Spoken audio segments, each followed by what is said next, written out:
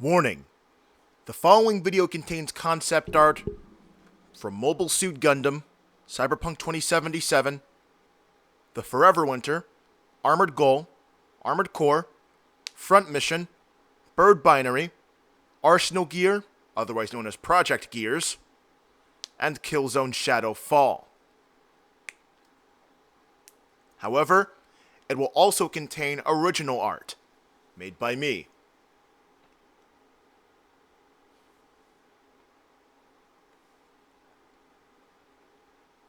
And now we will begin. Part 1. The Beginning. Far away from the prying eyes of the US government, there was an island known as the TR Lands, a land bought and modified by one Ito Nakamura for the purpose of housing a project he was working on.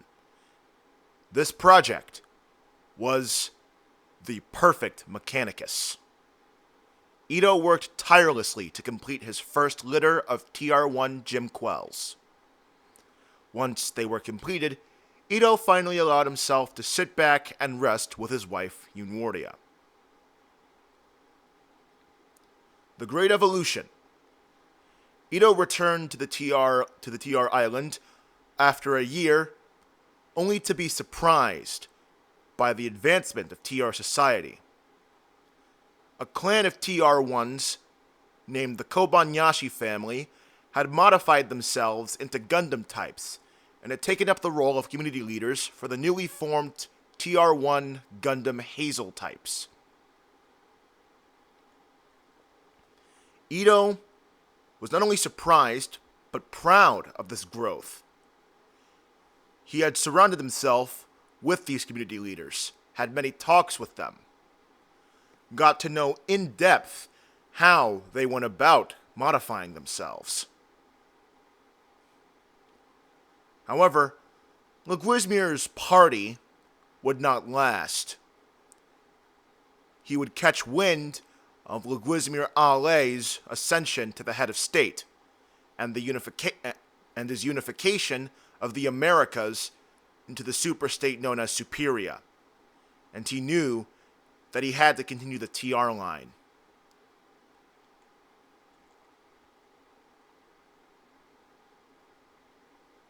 The dawn of the eclipse. Ito was in overdrive.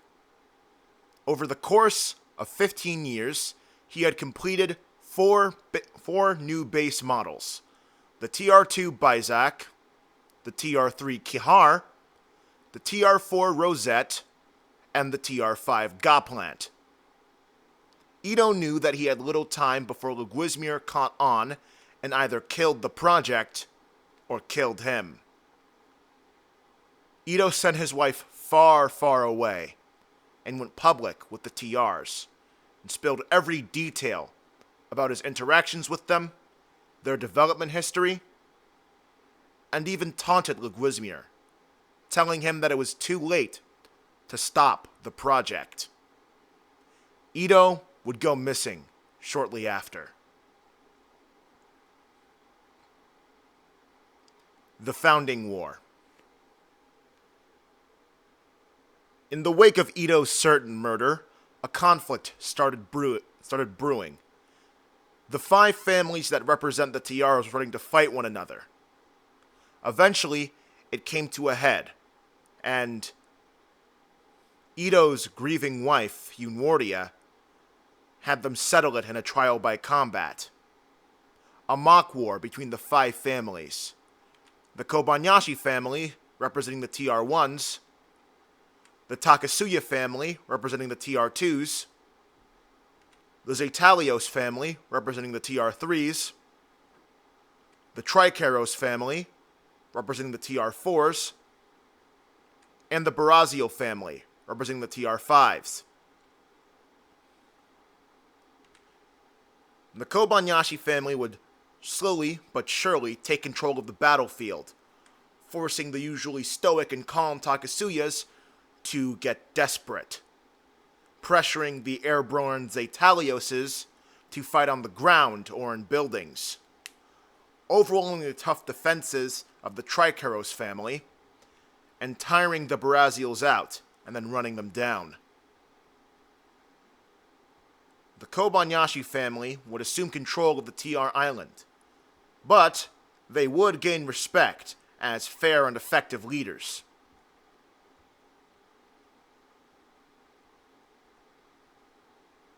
The birth of the Woundworts.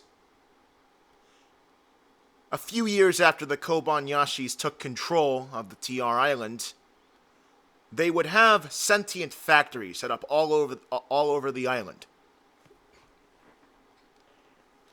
Although this would not go unnoticed by Leguizamir and his men, who would send their forces over to try and stop the progress of the creation of the TR-6s.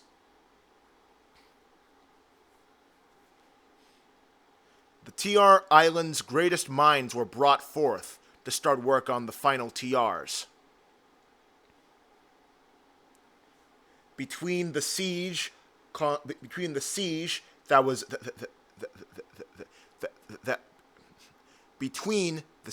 the humans were taking part in, and the factories refusing to activate, all seemed hopeless.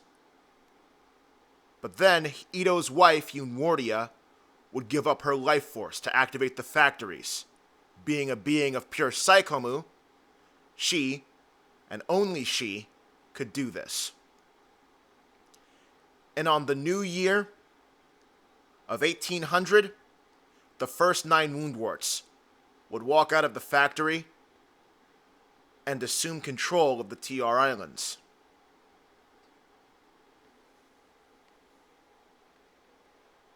Part 2.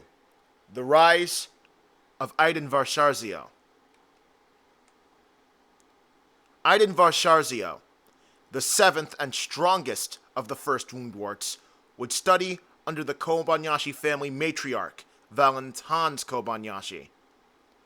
After being told and eventually bearing witness to the many wrongdoings and atrocities committed by humanity's mostly male leaders and citizens, Iden would begin to form the Red Flame ideology. An ideology based around the idea that since men were the common perpetrators of these crimes, they should be held to higher scrutiny and in most cases be considered second-class citizens. Eventually, Iden would integrate this Red Flame ideology into a governmental system known as the Red Fire system. A system where Woundwort males are forced to live in the slums and only interact with women when breeding.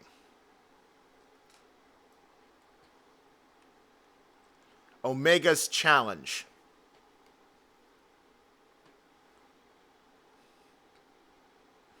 The Red Fire system caused a lot of suffering, and it was beginning to be a problem for those living close to the slums. Attacks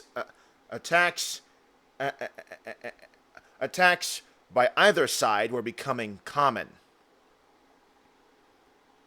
Elsewhere, a powerful new type Gundam warrior named Omega would sense the despair and make his way to the source.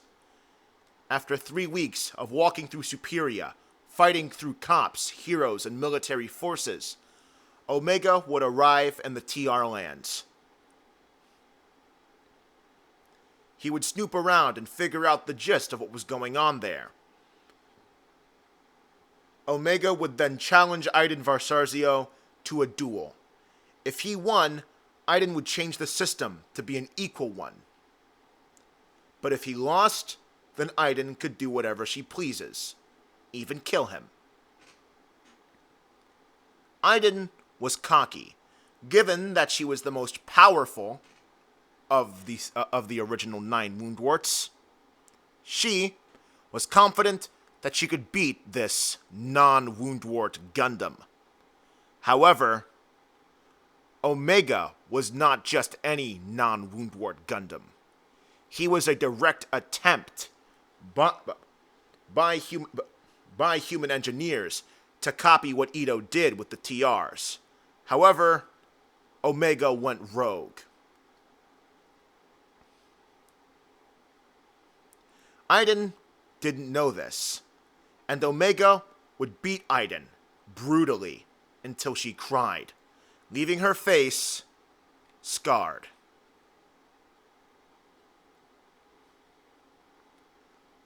The Great Restructuring. Iden would hold that beating against Omega for the rest of her life, but nonetheless, she would keep her promise. It would begin a new era for the TR Islands.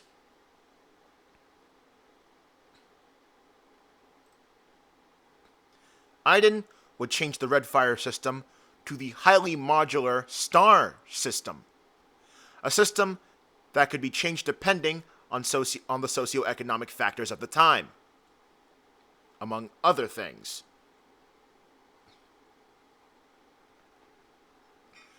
Iden would create an incredibly equal system called the Gray configuration. This Gray Starism was moderately successful.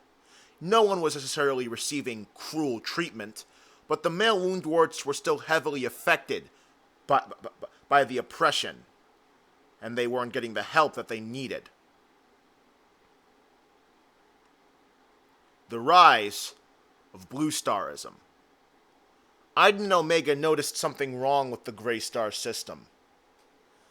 Even with all of the equal opportunities, the males were sluggish, shell-shocked, and quiet.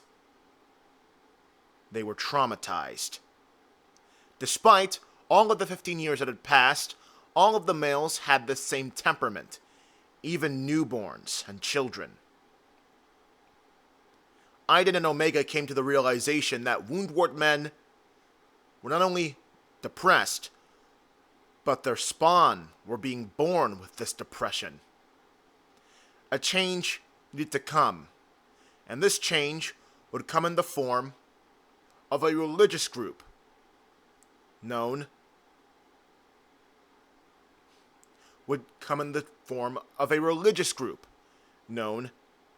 as the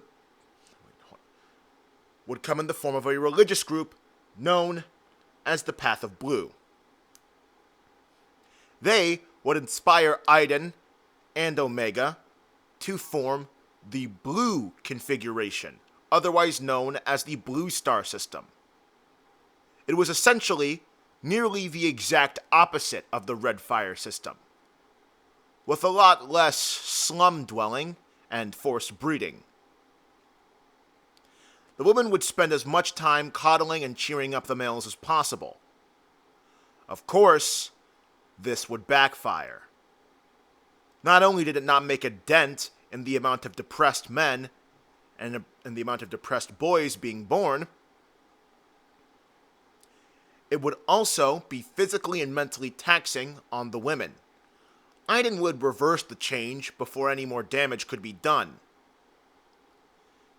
However, Valen would step in and help to develop an improved version of the Blue Star system, where women could apply to be a mix of caretakers, bodyguards, and therapists.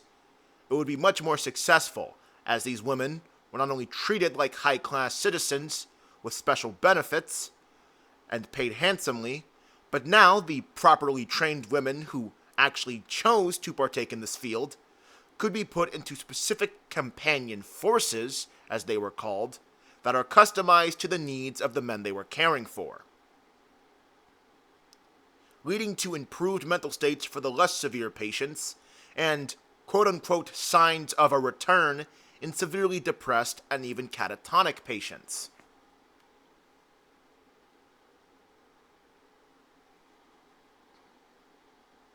Part 3. Ilanos Velreven.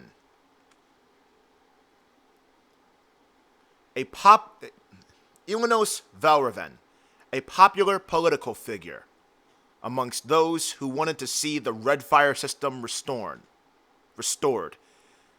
Ilanos would fight in mock wars and gladiatorial battles, and preach about the possibility of a Red Star configuration. Iden would ignore and even mock Ilanos publicly. Iden would ignore and even mock Ilanos publicly. Iden had changed quite a bit and was now a full-fledged Blue Starist. As such, she denounced Ilanos. This action, and many others, would lead to harassment and ridicule directed towards Ilanos, her family, and her supporters. The situation would rapidly deteriorate, and violence would begin to break out among the extremists of each group. Eventually, Ilanos would be attacked and brutally mangled by a young blue starist named Zakuse Ansbaliense. Iden would catch wind of the savagery and try her best to not only punish those who took part in the violence, but open lines of communication with the Red Starists. But the damage was already done.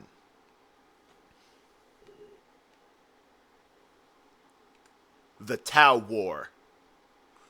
When Ilanos awoke, she immediately sought revenge for what had been done. She would don a mask and new clothes, specially made to hide her scars and wounds, and she would name herself Ilanos Prime. Ilanos Prime would rally her supporters and arm them with weapons that she had bought with her immense fortune. Then they would march to the capital and dub themselves the Tau. Ilanos would publicly declare war on the TR Islands and its men. She would then level the capital. Iden, not wasting even a second, would rush to the battlefield alongside the other battle-ready Kobanyashis to face the Tau.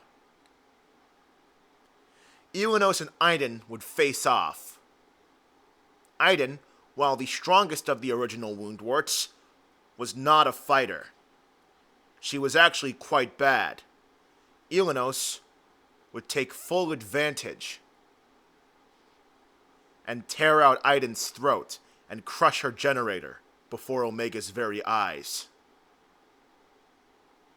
The war was now in full force, and Leguizamir was hoping to take advantage of the chaos. Valen would take some time out of commanding her troops to formally tell Leguizamir to go kick rocks. Elsewhere, a young Dokun Shaze Kamamura, daughter of the creator of the World Wide Web, over Alter Rahine Kamamura, started a series of experiments known as Project Phalanx, a project that aimed to create an incredibly powerful and highly weaponized Woundwort.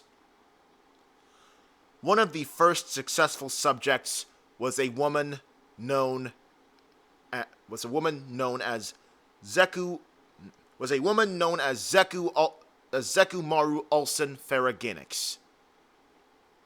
She would go on to become the hero that would turn the tide of the war in the favor of the Blue Stars.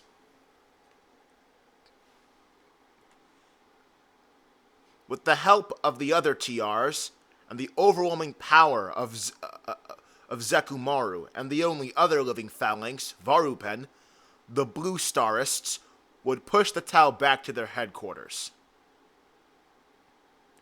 In the final days of the war, Omega would lead a chase against Ilanos Prime through the Tau city of Tahos. This chase would last 2 days. Eventually, Omega would corner Ilanos, grab her, and fly her up into the sky, before boosting towards her base at full force. They would crash through the roof, into the generator, causing it to explode. The war would end there. Part 4. Woundwortia. In the wake of the death of Omega, Iden, and most of the other TRs, Valen decided that it was only right that the TR Islands underwent reconstruction in order to accommodate the now predominantly Woundwort population. Valen decided to undergo an intense reproductive modification so that she could bear a Woundwortian child. Valen's first two children were Wintana and Siame. They were white rabbits, and they would be born and raised in the only area that was undamaged enough to properly raise a child, Koba. Siame took charge of the nation and pushed the reconstruction workers as hard as she possibly could. She knew that this would cause some controversy and violate their morals, but Siame could see that war was coming. The first stand. Leguizamir was tired of being denied. He was coming for the Woundworts and was determined to defeat them and remind those filthy inhumans of his superiority. The human forces would be defeated effortlessly. Leguizamir and his men simply were not prepared for the way the Woundwortians fought. The Woundwortians, above all else, prioritized mechanized infantry. Their powerful hulking mech suits easily took down any main battle tanks that Superia had to offer. They would shoot down any of the planes and bombers that would come their way. And any and all attempts to nuke Woundwortia from orbit were thwarted by their spacefaring forces. Woundwortia had won, and Leguizamir was defeated.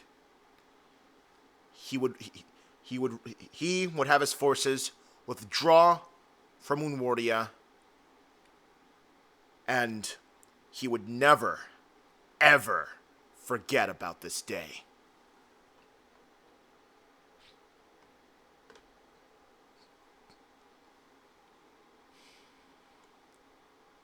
However, Queen Siame would choose not to pursue any further conflict.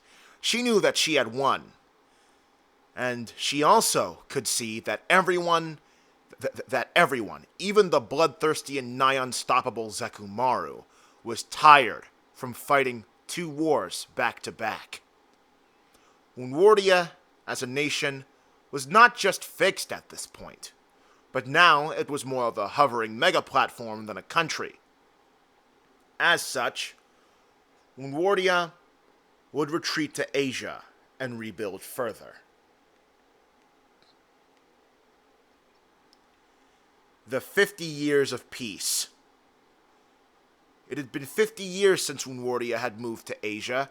Ever since then, the Woundworts had surpassed every nation and species on the planet Earth technologically by thousands of years, expanded the country into a warship that was essentially double the size of Russia, dispersed special smoke that jammed any and all non-Woundwortian devices, and that was impossible to see through without using some kind of Woundwortian exosuit or mech. And on top of that, they witnessed the birth of a new Woundwortian race, the Black Rabbits, as well as two new Woundworts of Kobayashi blood. Siame and Wintana would aid in the creation of these Black Rabbits by allowing themselves to undergo to be some of the first to undergo the modification. The original two Woundwort queens would become queens of the Psychoblade and Wandwart Woundwort races, respectively. Meanwhile, the two youngest of Valen's daughters, named Tarakan and Hanakin, would take charge of the remaining races. Tarakan would become the queen of the White Rabbits, and Hanakin the Blue Rabbits. Now that they were a world superpower that couldn't even be found, let alone harmed, by any form of non-Woundwortian technology,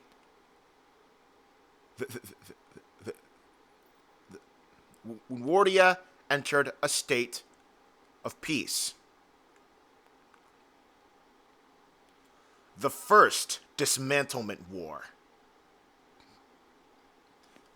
Tarakin Wu Kobayashi was a young, bright, and hopeful queen of the White Rabbit Woundworts. In her 25 years of life, she had never seen real combat. Only simulated training fields and mock wars during her graduation. All of her capabilities were purely hypothetical. Her eldest sister Sayame, however, had lived a long 72 years of life, and had seen many battlefields and many skirmishes with human merc groups or pirates. The second oldest, Wintana, was 57, and 30 of those years were spent serving right along her older sister. Sayame believed that it was time to strike back against the humans. The 7 hours of freedom had left them weakened and relegated to the Americas and Canada. Tarakin and her younger sister Hanakin, however, disagreed and wanted to stay put. As a result, tensions would rise, and many discreet skirmishes would take place between the newly formed White and Blue Orders.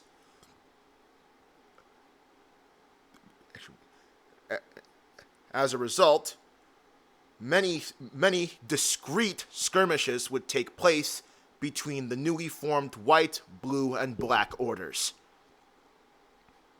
Eventually, a full-scale conflict would begin, and many famous or infamous White and Black Order members would take their place as legendary and formidable combatants. Meanwhile, the Blue Order would slowly secede from the war, trying to adopt a neutral stance. However, the Black Order would make great strides in the advancement of military technology, creating many different kinds of Woundwortian combat configurations. This allowed them to stay in the war and level the playing field against the White Rabbits, who previously had the upper hand in technology, but in general had the upper hand in terms of raw performance and new type abilities. The war, however, would come to an end in 2028, when the queens of either side would come to an understanding and call the war a draw. Tensions would decrease, and eventually the Black Order and the White Order would forgive one another for the violence, and all was well for a while.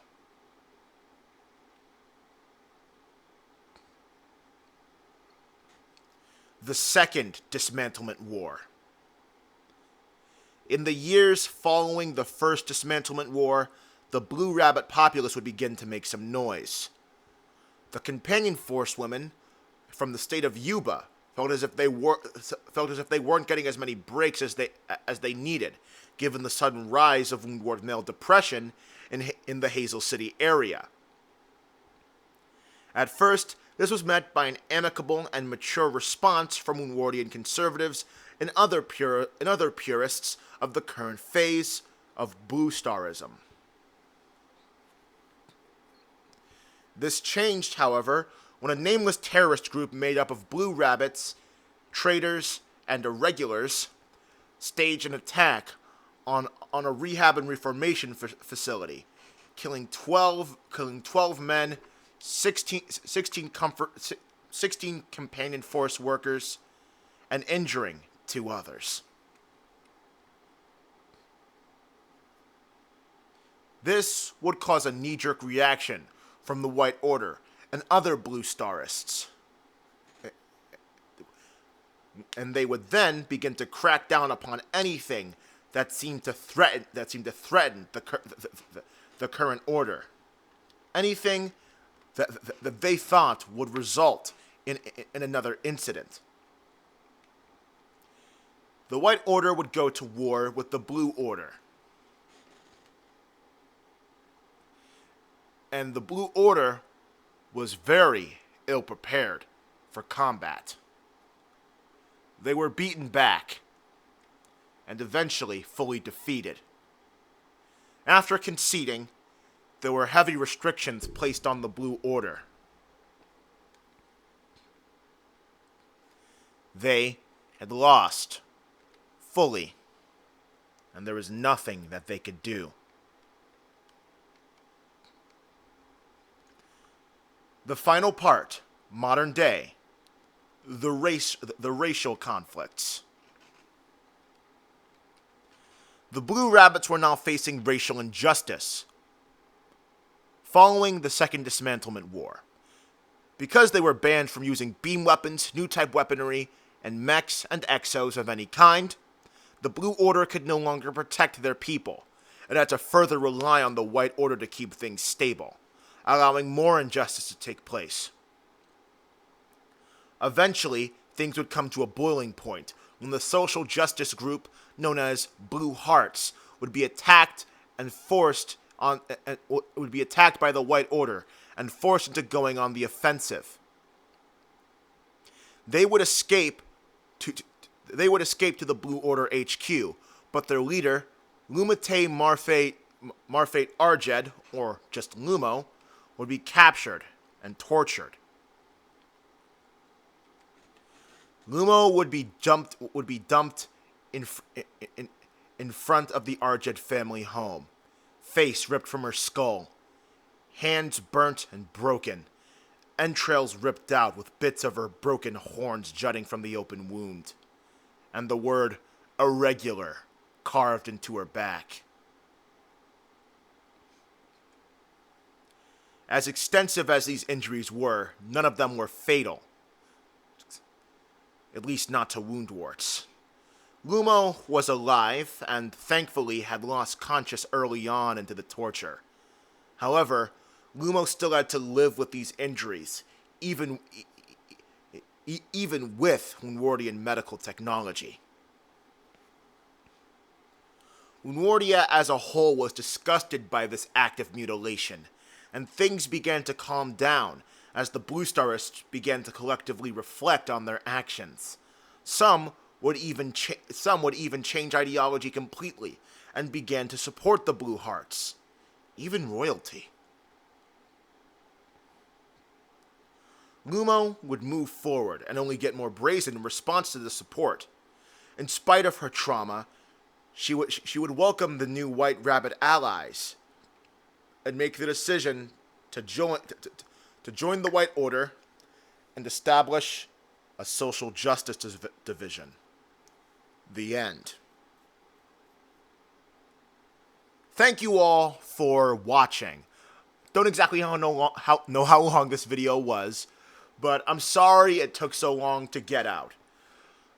Between making a bunch of, pieces of art for this video and just trying to, get everything in place and perfecting the script and just having to do reshoots because I kept flubbing near the end, like really, really bad. It took a long time. Don't worry, the next video will not take as long to come out, but however, videos will no longer be as frequent, especially since Christmas is rolling around. I want to enjoy Christmas with my family, but I also want to take more time to work on the scripts, perfect the videos, perfect my voiceover skills, work on my speech, and in general, just sort of work on my art skills so that I can make more original art for these videos. Because I had to use a lot of concept art from other sources. So, that's not exactly the best thing to do. I want to use my own art. So, I won't be able to promise a video every other week or so, but I think I will be able to promise at the least 2 videos a month about something. Do not worry, Spotlight Half-Star Saber is not going anywhere. I'm going to keep posting about Half-Star Saber even when I blow up. This is my thing. This is what I'm going to do. This is what my channel is going to revolve around in the future. Armored Core and animation videos will come, but they will be few and far between. As Half-Star Saber is my baby, I'm going to do what I can for it. Anyways, I hope you all enjoyed. I certainly enjoyed making this video. I love doing these kinds of videos. I love sharing things with you all. This is always, very, very fun to do. I'll see you all sometime in the future. I'll see you all sometime in the future. I might take a break for the rest of November. Maybe for the rest... Yeah, definitely for the rest of December. So, this is going to be my last video until January. So, see you until then, ladies and gentlemen. Always remember to believe in the sign of the Zeta, be nice to each other, and believe in yourselves, and, achieve your dreams. See ya.